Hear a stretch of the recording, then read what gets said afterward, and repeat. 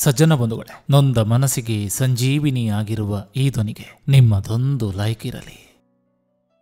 ಎಲ್ಲವನ್ನೂ ಸಹಿಸುತ್ತಾ ಒಳಗೊಳಗೆ ದಹಿಸುತ್ತಾ ಆಗುವುದೆಲ್ಲ ಒಳ್ಳೆಯದಕ್ಕೆ ಎಂದು ಭಾವಿಸುತ್ತಾ ಒಳ್ಳೆಯ ದಿನಗಳನ್ನು ನಿರೀಕ್ಷಿಸುತ್ತಾ ಸಾಗುವುದೇ ಜೀವನವಾಗಿದೆ. ಪಾಪದ ಕೊಡ ತುಂಬುವವರೆಗೆ ಅಷ್ಟೇ ಹಾರಾಟ, ಆಮೇಲೆ ಎಲ್ಲವೂ ಕರ್ಮದ ಆಟ. ಒಳ್ಳೆಯ ಕೆಲಸ ಮಾಡ್ತಾ ಇರಿ, ಹರಿಯುವ ನೀರಿನ ತರ. ಕೆಟ್ಟದು ತಾನಾಗೆ ದಡದಲ್ಲಿ ನಿಲ್ತದೆ ಕಸದ ಹಾಗೆ. ಎಲೆಮರೆಯ ಕಾಯಂತೆ ಜೀವಿಸು, ನಿನ್ನ ನೆನೆದು ಬಂದವರಿಗಷ್ಟೇ ನೆರವಾಗು. ಯೋಚಿಸಿದೆಲ್ಲ ಸತ್ಯ ಅಲ್ಲ, ಸತ್ಯ ಯಾವತ್ತೂ ಯೋಚಿಸಿದಂತೆ ಇರೋದಿಲ್ಲ. ಅನುಭವ ಮಾತ್ರ ಯಾವಾಗಲೂ ಸತ್ಯ.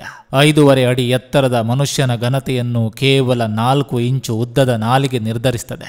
ಎಂದೋ ಮಾಡಿದ ಸಹಾಯವನ್ನ ನೆನಪಿನಲ್ಲಿಡುವ ಪ್ರತಿಯೊಬ್ಬನು ಕೂಡ ಕರ್ಣನಿಗಿಂತ ದೊಡ್ಡವನು.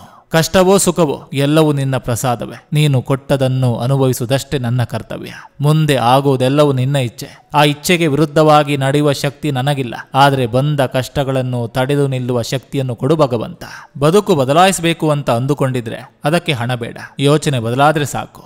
ತಾಳ್ಮೆ ಎಂಬುದು ವಜ್ರದ ಹಾಗೆ. ಅಪ್ಪಿತಪ್ಪಿ ಕಳೆದುಕೊಂಡರೂ ಸಂಪಾದಿಸುವುದು ಬಹಳ ಕಷ್ಟ.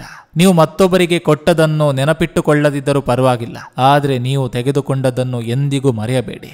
ನಾಳೆಯ ಒಳ್ಳೆಯ ದಿನಕ್ಕಾಗಿ ಅಂತ ಕಾಯಬೇಡಿ. ಬಹುಶಃ ಇಂದಿನ ದಿನಗಳೇ ಒಳ್ಳೆಯದಾಗಿರ್ಬೋದು. ಯಾರೋ ಮಾಡಿಟ್ಟಿದ್ದನ್ನ ಖರ್ಚು ಮಾಡಿದ್ರೆ ಜೀವನ ಏನು ಅಂತ ಗೊತ್ತಾಗಲ್ಲ. ಸ್ವಂತ ದುಡಿದು ಬೇರೆಯವರಿಗೆ ಖರ್ಚಿಗೆ ಕೊಟ್ಟಾಗ್ಲೇ ಅಸಲಿ ಜೀವನ ಏನಂತ ಗೊತ್ತಾಗೋದು. ಕಳೆದು ಹೋದ ಒಳ್ಳೆಯ ಸಮಯ ಜೀವನದಲ್ಲಿ ನೆನಪಾಗಿ ಉಳಿಯುತ್ತದೆ. ಕಳೆದು ಹೋದ ಕೆಟ್ಟ ಸಮಯ ಬದುಕಿನಲ್ಲಿ ಪಾಠವಾಗ್ತದೆ.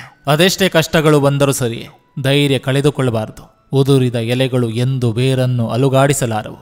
ಸಜ್ಜನ ಬಂಧುಗಳೇ, ಇದು ಇಂದಿನ ಸಂಚಿಕೆ ಅಂತ ಹೇಳ್ತಾ, ಈ ಸಂಚಿಕೆ ನಿಮ್ಗೆ ಇಷ್ಟವಾಗಿದ್ರೆ ದಯವಿಟ್ಟು ಒಂದು ಲೈಕ್ ಮಾಡಿ, ಜೊತೆಗೊಂದು ಕಮೆಂಟ್ ಮಾಡಿ. ಮತ್ತೆ ಮುಂದಿನ ಸಂಚಿಕೆಯೊಂದಿಗೆ ಅತಿ ಶೀಘ್ರದಲ್ಲಿ ನಿಮ್ಮನ್ನ ಭೇಟಿ ಆಗ್ತೇನೆ. ನಿಮ್ಮೆಲ್ಲರ ಮನಸ್ಸು ಪ್ರಶಾಂತವಾಗಿರಲಿ ಅನ್ನೋದು ಈ ವಾಹಿನಿಯ ಉದ್ದೇಶ.